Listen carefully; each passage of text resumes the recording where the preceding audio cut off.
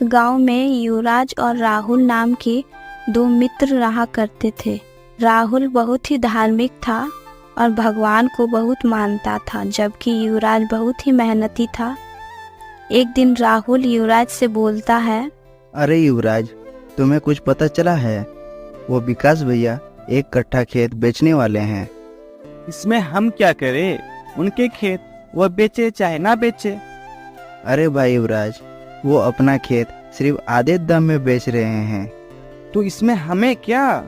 क्यों ना उनका खेत हम खरीद लें और उस पे अपना खुद का फसल लगाएं।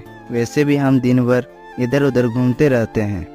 बात तो तुम ठीक ही बोल रहे हो, फिर भी चलो हम आज ही वह खेत खरीद लेते हैं। फिर वह दोनों वहां से खेत खरीदने चले जाते हैं और कुछ देर बाद विकास भैया के पास पहुंच जाते हैं और कुछ देर बात करने के बाद वह दोनों खेत खरीद लेते हैं।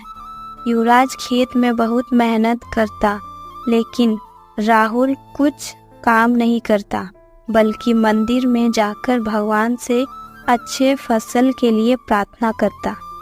हे भगवान, इस साल हमारी फसल अच्छी कर देना। इसी तरह समय बीतता गया और कुछ समय बाद फसल होकर तैयार हो गया, जिसको दोनों ने ले जाकर बेच दिया और उनको फसल के अच्छे पैसे मिल गए।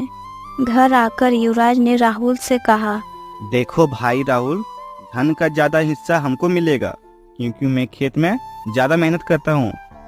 यह सुनकर राहुल बोला, नहीं, धन का तुमसे ज्यादा हिस्सा मुझे मिलना चाहिए, क्योंकि मैंने भगवान से इसकी प्रार्थना की, तभी हम लोग का फसल अच्छा हुआ है। भगवान के बिना कुछ संभव नहीं है। वह दोनों इस बात को आपस में ना सुलझा सका तो धन को बंटवारे के लिए दोनों गांव के मुखिया के पास पहुंचे। मुखिया ने दोनों की बातें सुनी और वह दोनों को एक एक बोरा चावल दिया, जिसमें कंकड़ मिला हुआ था।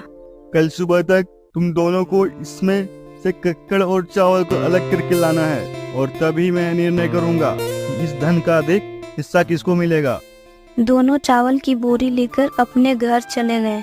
युवराज ने रात भर जागकर चावल और कंकड़ को अलग किया, लेकिन राहुल चावल की बोरी लेकर भगवान के पास गया और रात भर चावल से कंकड़ को अलग करने के लिए प्रार्थना करता रहा। हे भगवान, आपकी कृपा से फसल अच्छी तो हो गई, लेकिन कंकड़ को चावल की बोरी से भी अलग कर दो, ताकि धन का ज्यादा हिस्सा मुझे मिल जाए। अगले दिन सुबह युवराज जितना चावल से कंकड़ अलग कर सका उतना करके ले आया और मुखिया के पास पहुंचा। मुखिया बोरी देखकर बहुत खुश हो गए। तभी राहुल वैसे के वैसे बोरी लेकर पहुंचा।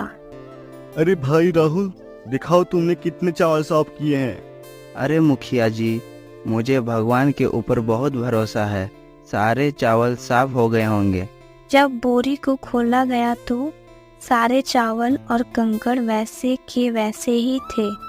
मुखिया जी ने राहुल से कहा, देखो भाई राहुल, भगवान भी तभी मदद करते हैं जब तुम मेहनत करते हो।